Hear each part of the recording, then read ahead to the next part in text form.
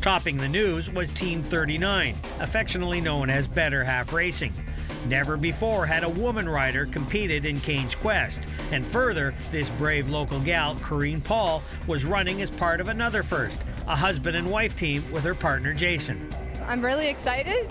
I can't wait to get started tomorrow morning. I've been called crazy a few times, but that's just me.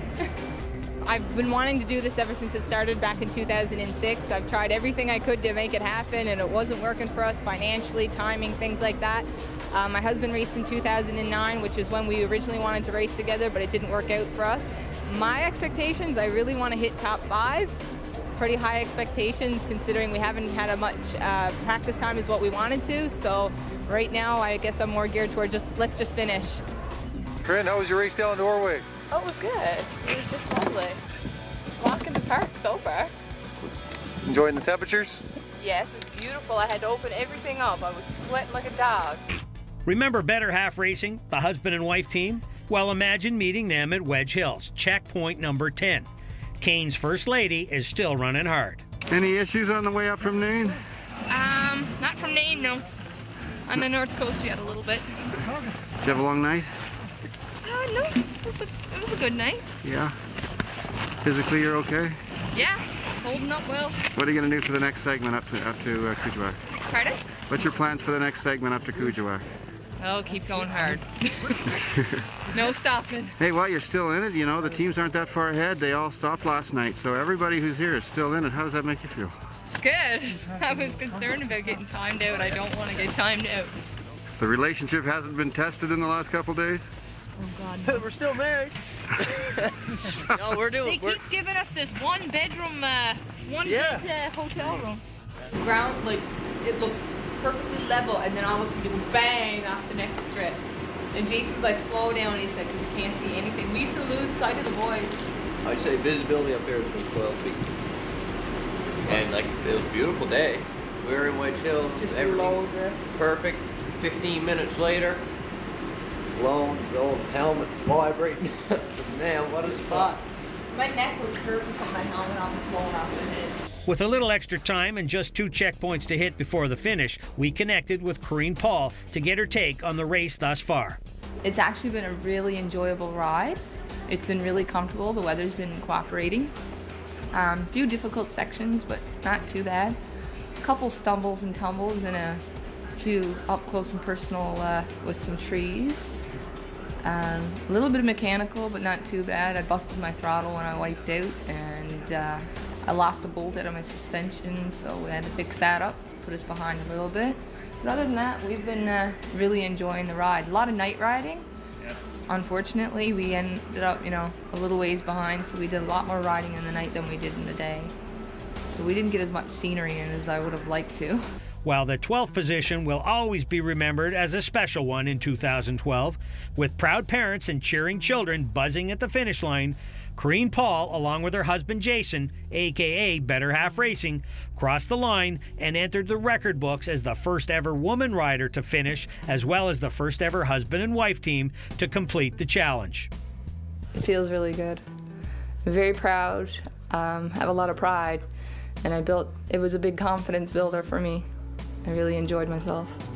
I just wanted to finish. I couldn't let myself quit.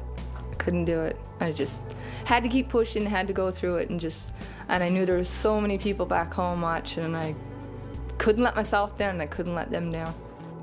Just seeing the finish line and to see all those people there, I heard them say that they were standing there for 2 hours waiting for us to come in, and they didn't want to miss it, and so it felt really good to know that people were there to support us to see us finish. It's been challenging, to say the least. There's so much, the terrain that we went over, just the things we've seen, the different types of terrain, from woods to heavy snow to no snow, rocks, barrens, wind. We were lucky we didn't have many mechanical issues. Our spirits were really high, even though we were somewhat towards the back of the race pack, I guess. But our spirits were good, and we had no doubt we were going to finish as long as our machines mechanically held up, and it worked out for us. The last day was something. It's a long haul from Kuujjuaq to Labrador City, and with all the water and the thaw and the open water, and I was sure glad to finally get in here. And our strategy from the beginning was to keep things together, keep the machines together, and I found like when you start getting tired and cold, you don't focus on what you're doing. And when I used to start to lose focus, and you know there's so many rocks around that you can potentially hit, I'd just stop and get up, and I'd run around just to kind of get the blood flowing and wake myself up and kind of look funny. And I'm sure the team that was with us kind of got a little bit mad because I was stopping so often, but you know, we kept them together. And that was our main thing. I mean, to be out there and hit a rock and take out a, you know, front A-arm or something, it's no place to change it for sure, and or to break down. So that little bit of time it takes to go and act like a fool, I think it saved us. I was just really happy we made it in. You know, just the challenges right at the end. You know, just so many times we could just go across that lake and not think of nothing, but then when you come around the corner, that final lake that's known as a groom trailer, you're allowed to use it, and it's all flooded, and you're just, you know, I just want to get home out of this, and just to come around the corner and see everybody and know that there's no more slush, there's no more open water, everybody's there. It's a really good feeling. It's a relief just to kind of, you know, I just wanted to lay back on the seat and just say like, wow, you know, we got through it. They threw a lot at us, but we got through it. It was kind of funny because we were leaving Orway going for Churchill Falls, and all of a sudden I could hear this like rumble, and it sounded like my snow flap went up underneath my track. And I stopped and I looked at my track, and then I looked up and I shook my head and was like, seriously? It was the helicopter.